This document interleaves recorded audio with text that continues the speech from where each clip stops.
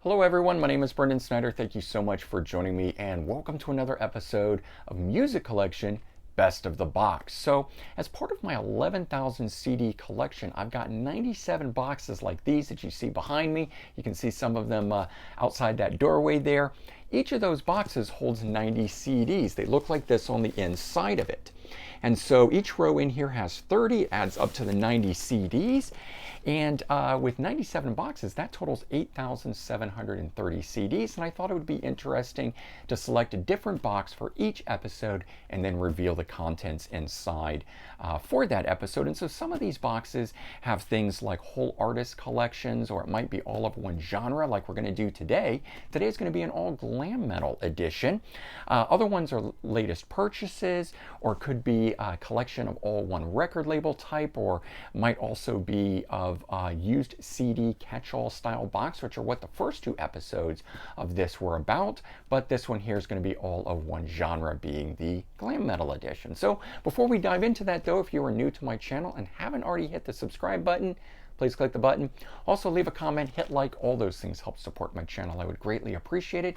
And of course, as an added bonus, by subscribing, you'll be able to stay up to date on all that's going on in the world of music, just like this with Music Collection Best of the Box. This one in particular, a glam metal edition. So I'm going to put this box back down so I've got easier access to it here. And we'll get started. We're going to jump right into it. So this one here, the reason that it's separated, because I've actually got 12 boxes worth of this stuff here, but these are my go-to glam metal albums. These are the ones that out of all my collection of this stuff, these are the ones that I just hit up a lot. So I pulled them out to make them in a box that I could easily grab and that sort of stuff. So first one up is Asphalt Ballet, their debut album here. Very good stuff. Kind of hard to describe them, but they're definitely a down and dirty sort of rock style band, kind of in the vein of some Guns N' Roses, if you will. Good stuff to worth checking out. Another one that came at the tail end was Animal Bag. These guys kind of bridged between the glam metal, hair metal, whatever you want to call it, into the more alternative rock sound. But there was that weird period in 92, 93, even 94, where there were some bands that were still very much rock. They weren't really grunge or alternative, and that was one of those bands. Now here's one that I always really liked, a band called Blue Tears. The guys that were in this group were a lot of session players and stuff like that. They had a song, or kind of a hit song with the song Crush, a lot of Journey sound to them, that sort of stuff. Got some Bang Tango in here. These guys are still kicking around in various formats, but debut album which had Attack of Life on it, which was big. But I knew them from the second album, songs like Soul to Soul and Untied and True. Those are all over radio when I was listening to it, at least. Got some Bonham in here as well. Got Jason Bonham, son of John Bonham, got their two albums here. This was the debut album here, Disregard of Timekeeping, and had a song called Wait For You that was pretty big all over radio, but very Led Zeppelin influenced blues rock style stuff going on with those. Know a lot of you guys are Badlands fans. I've got all the Badlands, but this one in particular I hold out. Always liked Voodoo Highway a little better than the other ones. So Jakey Lee in that lineup. If you're not familiar with Badlands, that's who that is. Then I've got Baton Rouge. I don't know if you guys remember them. They had a number of hit songs. Doctor, Walks Like a Woman.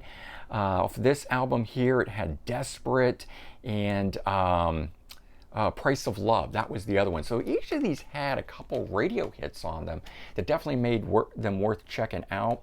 Here's a band that didn't really necessarily fall within the glam metal, but were part of that more biker metal, Circus of Power. This was my favorite album that these guys did. Gary Sunshine, he's got connections to Guns N' Roses, actually taught Axl Rose how to play guitar. I think he was even in the band or part of the band briefly, kind of a thing. Never recorded with them as far as I know, but yeah, some connections there, good stuff. Cold Sweat. This one here, the name of it is Breakout, and the interesting thing here is that the band features Mark Ferrari from Keel. So that was his offshoot project there. Another great one here, Cry Wolf, self-titled debut album. Really good stuff on the IRS label. Face Down in the Wishing Well and Pretender. Those are the two big songs off that if you want to check that out. This one I've always really liked, Company of Wolves. This one features Steve Conte, and Steve Conte would go on to play with the New York Dolls, Michael Monroe. He's in that whole sort of world. But this album here, they had a song called Hanging by a Thread that was just really great that made me pick that up at the time. Then we've got DAD, great band. I think it stood for Disneyland After Dark. This one here was the big album that I knew of, at least. It had Sleeping My Day Away, Jihad, Point of View, Rim of Hell, bunch of great tracks. This one here had Bad Craziness on it.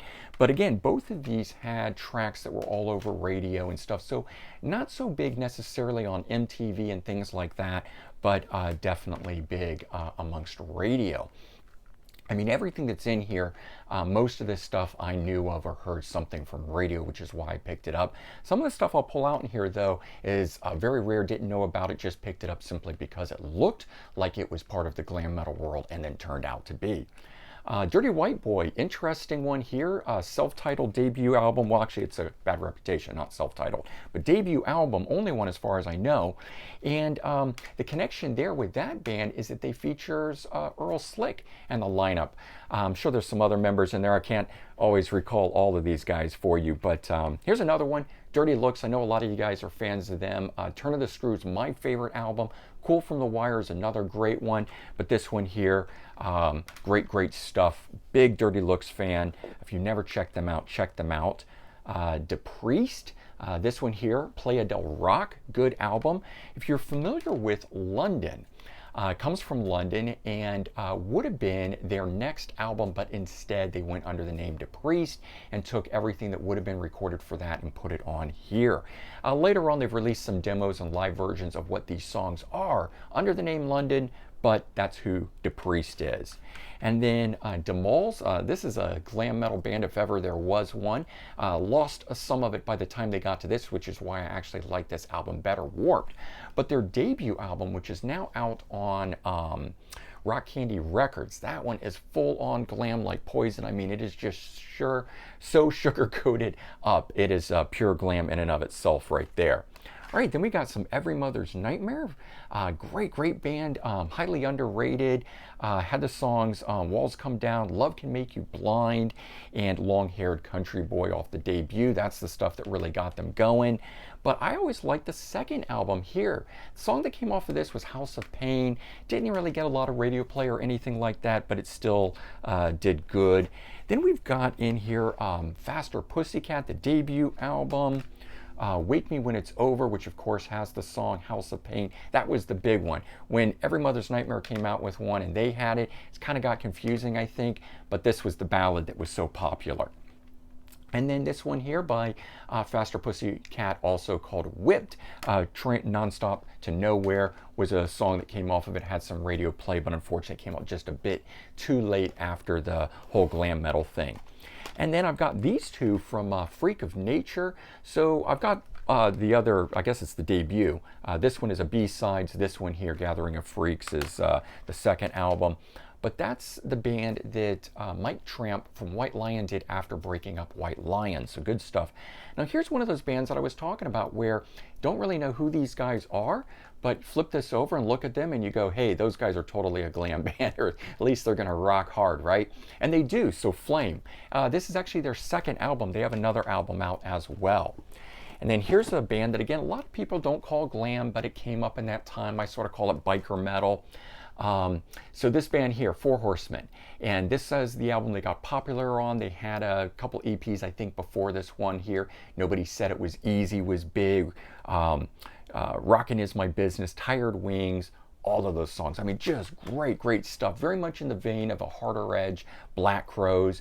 And then they did this album here later on. Unfortunately, the lead singer died in a motorcycle accident. So just unfortunately no more stuff from them, but good stuff for what it was. Gypsy Rose, Pray. So this one here is interesting as it's on Simmons Records, the label that was for Gene Simmons, and I think he might even he executive produces this, might even co-write some songs and stuff like that.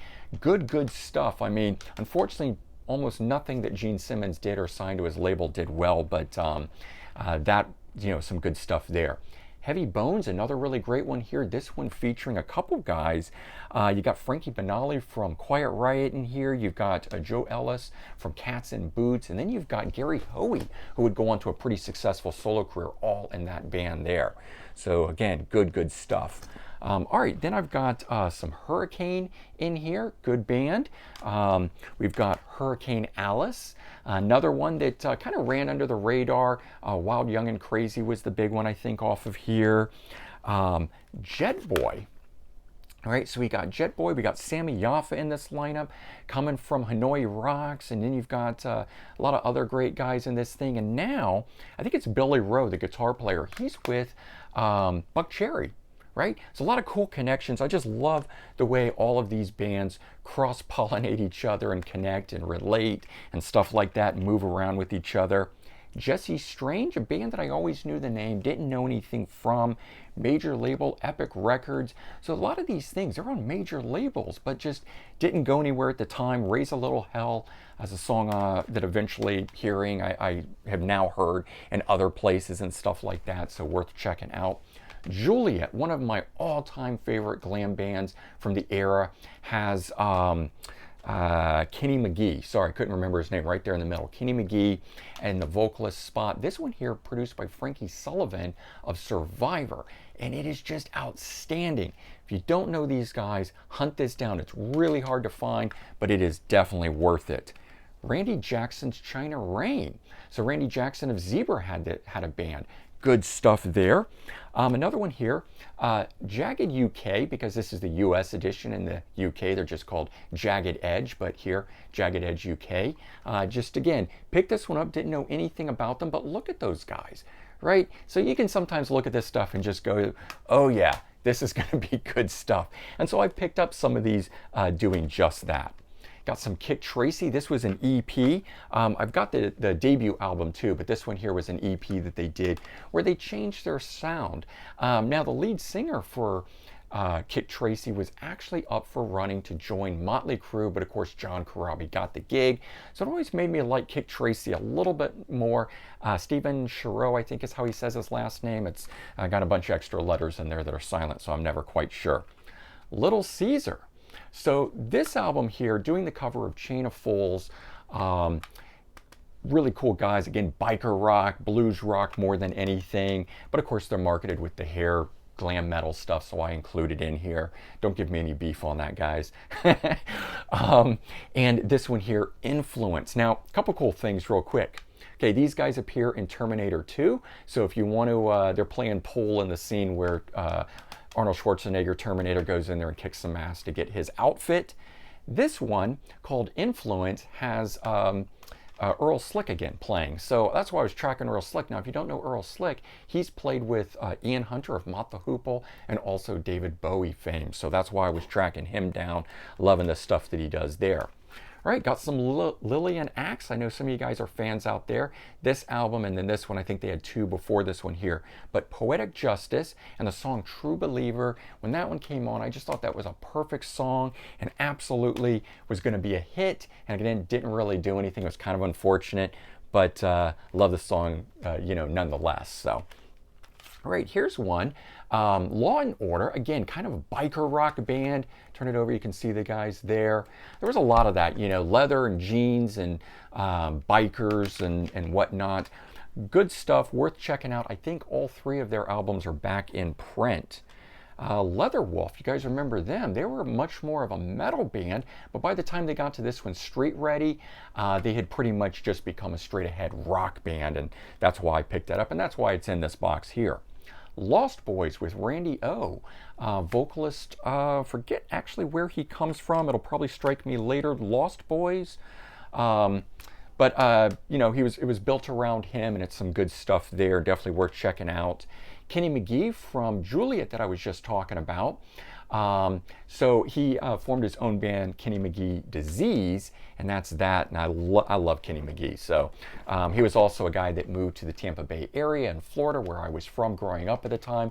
So he went from being on a major label and a big band, but when all of that kind of came crashing down, moves to the Tampa area, joins a local band there. So he kind of became a local hometown boy kind of a thing, and I've definitely stayed on him since then. McQueen Street, right? First album, second album here. So this one came out in 2003. Very hard to find thing. This one though, My Religion and In Heaven. Good stuff. Again, I know I'm not going into a lot of detail because I got a lot to cover in these, but check out some of these songs. These things are just outstanding. Got to have some Nelson in there. I know they were kind of pop pretty boy stuff, but Can't Live Without Your Love and Affection, After the Rain, really good stuff. And I've shown you these, but I'm going to pull them out anyway. Noisy Mama and Outlaw Blood. Outlaw Blood featuring Marty Fredrickson, band he was in before becoming famous producer with Aerosmith and others like that. This one here, Noisy Mama, nobody famous in the lineup, but really good stuff. Two of my absolute favorite glam metal albums. There's along with the Juliet and another one in here I'm going to show you guys in a little while. The Poor. So here's a band that I saw open for the Scorpions. Didn't know anything about them. I think it was like 1993, 94. And man, they were just really good. This album is from 94. So this is right on the tail end of the whole glam thing. But some good stuff was still happening. Then we have a different one called The Poor Boys. Pardon Me. And these guys were kind of bridging the gap. I think this is 92. It's produced by Andy Wallace, who was into more of the alternative scene. So this was kind of rock, right on the edge of that. And remember, I mentioned there's some bands that were doing that sort of thing. All right, then we got some Rhino Bucket. So if you ever wanted an AC/DC clone band, these were the guys to do it. This one here is a song called Shot Down that was really big at radio. And definitely worth checking out. Roxy Blue, Want Some. Guys, remember the track on here, Rob the Cradle. That was the big radio and even MTV hit that was going on. They're back together, but the reunion band doesn't sound anything like the debut, even though it's got the same vocalist and stuff. They're just in an entirely different style. All right, then we got some Slick Toxic. So kind of on the heavier edge, more the metal side of things, Doing the Nasty debut album. Hell of a Time and White Lies, Black Truth, and I think there was a couple others on here. All over MTV. 3 of their songs were heavy on that. This was the follow-up album in 1994 that was an import-only album. A lot of these, I've got the debut, those were the big ones, and a few years later they still put stuff out, so I was tracking it down. Not the debut, second Shotgun Messiah album called Second Coming, makes sense, right? This one here has a different singer in it. The first one had Zenny Z Zane, I think is his name.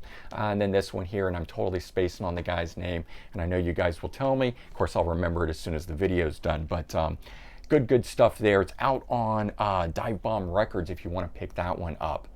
Saints and Sinners, so this one is an interesting one, same thing. Turn this over, saw these guys, and then I read down a little bit lower. Produced and engineered by Aldo Nova. He also co-writes a bunch of the songs on here. So pretty cool stuff there to have that. If you're a fan of the Aldo Nova, definitely worth getting into.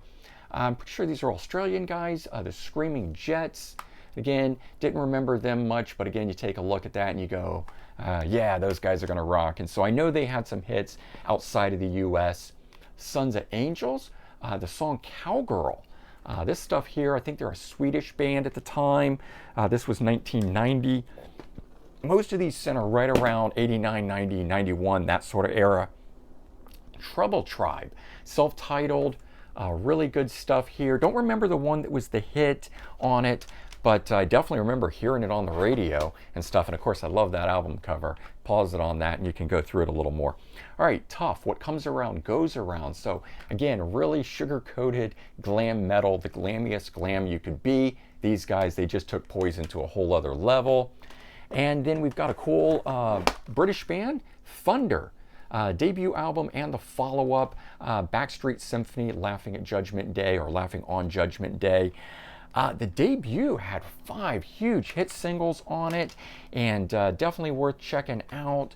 Then the Throbs.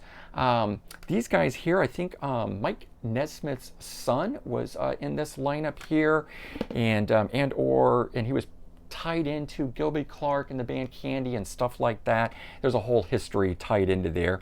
Tall Stories, which features the guy who went on to front, Steve Algieri, vocalist who went on to front Reunited Journey. Tattoo Rodeo, good stuff. This is actually their second album. Their first one, Rode Hard and Put Away Wet, has really great song on it. And again, I'm sorry I'm spacing on it. There's just so much music stuff floating through my head at this time.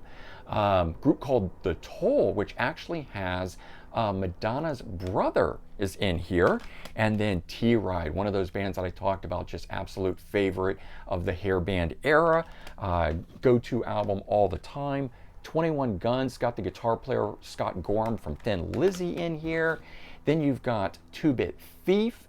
Just took a look at this and said, got to be worth something, and it certainly was. Got Ugly Kid Joe in here. I know they don't really fall into that, but they were definitely one of the bands that bridged the whole glam metal into alternative rock and stuff like that. Then we've got the all-girl band Vixen and their 2 albums. Edge of a Broken Heart, such a big song at the time. Crying was another one, written by Jeff Paris. So just cool thing. Vane. Let me pull up the debut. 3 albums by Vane, Davey Vane. Great stuff. This was the second one, which went unreleased for a long time, All Those Strangers, and then Move On It, which actually became their second album. Good stuff. Here's another one of those ones that I was talking about that I love, War Babies. Brad Sincel coming from TKO. Absolute great stuff. Hang Me Up, In the Wind, Satellite, Cry Yourself to Sleep. This song, or band, had songs all over the radio where I was from. White Trash, which is really like a ska rock band, but they had some big songs on here, The Crawl and Apple Pie. And I think this came out 91 era, but again, they were one of those bands that sort of bridged the gap. And we finish off with some XYZ, and debut being produced by Don Dokken. Of course, you've got Terry Illouz, if I'm saying his name right, who of course goes on to front Great White and do a whole bunch of other things and stuff like that. And there you go. That was 90 CDs that we just went through in record time. All glam metal stuff, hair band, whatever you want to call it. It's all good. It's all rock. We all love it. So hope you guys enjoyed this. And if you did, please remember to comment, like, and subscribe. Do check the description for links to related videos. And of course, if you enjoyed this, share it out on social media. I would really appreciate that. All right. Take care, everyone. Have a great day, and I'll talk to you all soon. Bye-bye.